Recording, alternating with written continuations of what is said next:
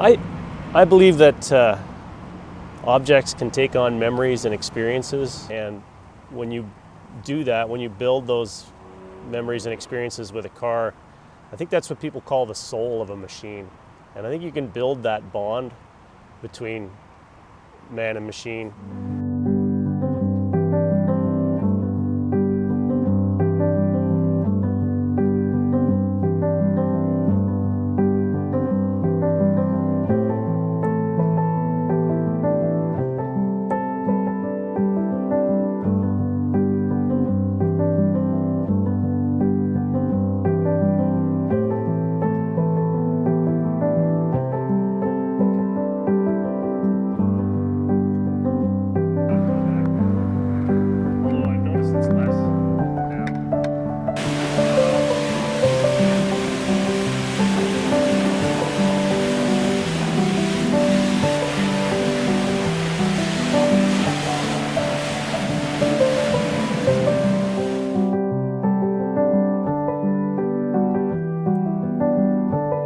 I spend a lot of time putting work into the mechanics on cars before I take them on road trips. I'll do all the brakes, which I did on this car.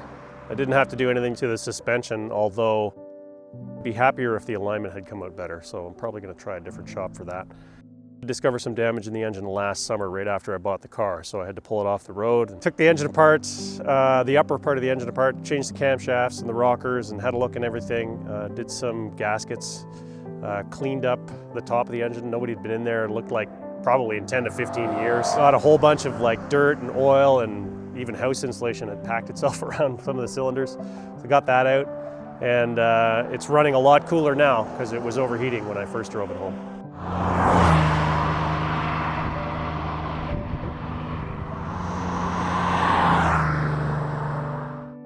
I mean, I like to think of myself as a pretty capable mechanic. I like to buy the book and read that, and then follow the procedures for repair and overhaul in the book. So I kind of feel like I'm pretty capable of handling most of what could go wrong, myself. Plus, the reason I don't bring my car to the mechanics is because I really only trust myself to work on them, right?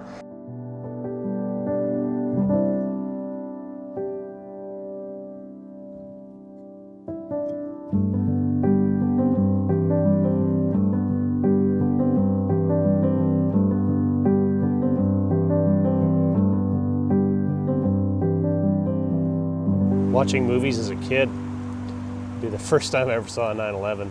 There weren't a lot around where I grew up, so I never really saw one in person.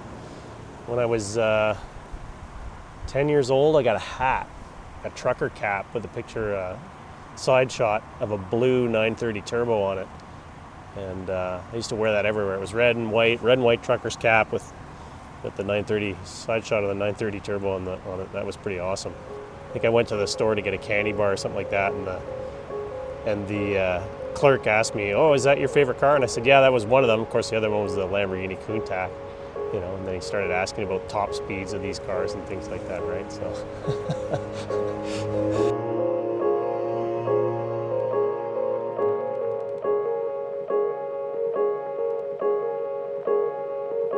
I've been a car guy forever, a car person, a thing person, really, since I was a little kid. I always had Hot Wheels. I remember having them when I was probably as young as 2 years old. I don't know. I had some 911s, of course. That's probably my first experience with the 911. With an actual 911 would have been my stepbrother got one. It was an 83 turbo look in gold, as I recall. And I remember at the time, the cost of it, I think he paid 26,000 Canadian for that car. And that would have been in 1992, maybe. Yeah, the cost of that seemed unfathomable at the time.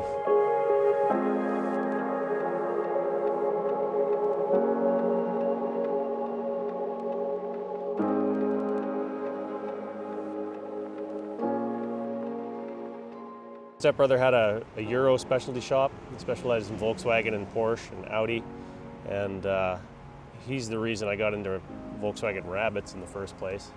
That's what led me down that path, and then just working on those and familiarizing myself with those cars gave me the basic mechanical skills to work on other makes. I mean, I've had tons, Isuzus, Chevrolets, Nissan,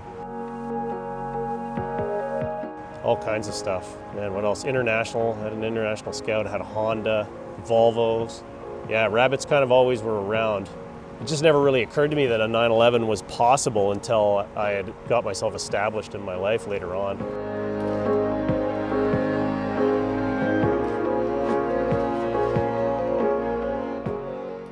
It took forever to find one that was, was the right car. It took so long.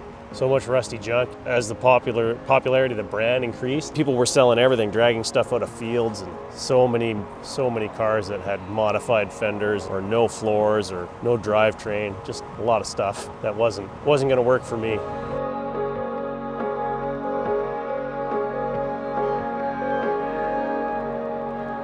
I think you can build that bond between man and machine, and that comes from, working on the car in your garage. That's a very personal thing for me. That's why I don't often work on cars with other people.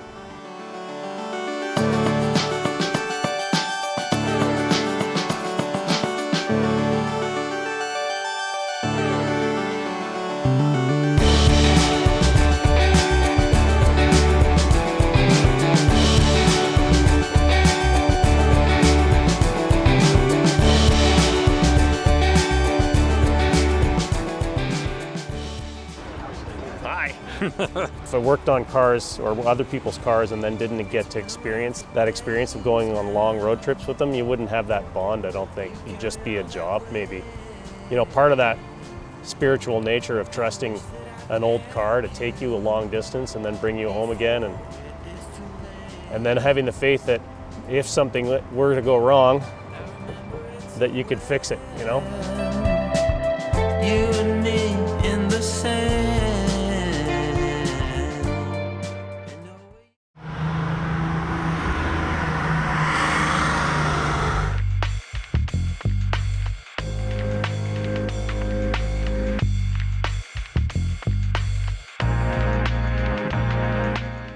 Really wanted to drive the Angeles Crest Highway just because I've heard so much about it. It's been pretty cool. I came down here once before and unfortunately got delayed, and it was nighttime and was in a rush to get out of here. Glad to have the opportunity to come back down again on a Sunday, so at least it's not super busy. Really wanted to drive this road. Of course, in this car, which is sort of new to me, drove it down here from Red Deer, Alberta.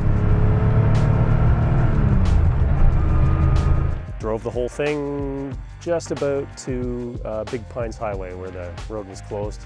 And turn around and come back in some pretty heavy fog, but still good. And then drove the Big Tahunga Road, which was, I almost say that one was better than the Angeles Crest, to be honest with you.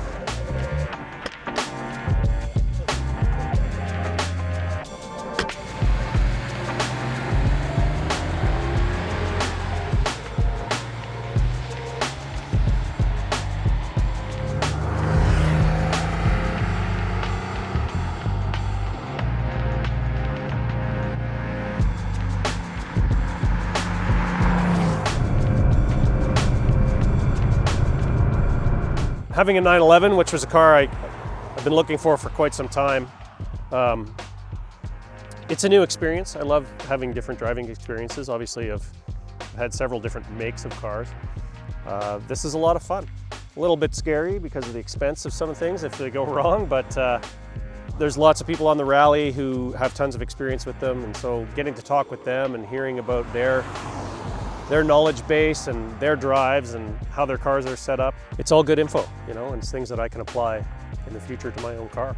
Yeah, I mean, it's certainly being isolated in the middle of nowhere has its disadvantages if something goes wrong, but try not to think about it, try to make sure the car's prepared, and adversity is adventure. When things go wrong, you just embrace it and figure a way out.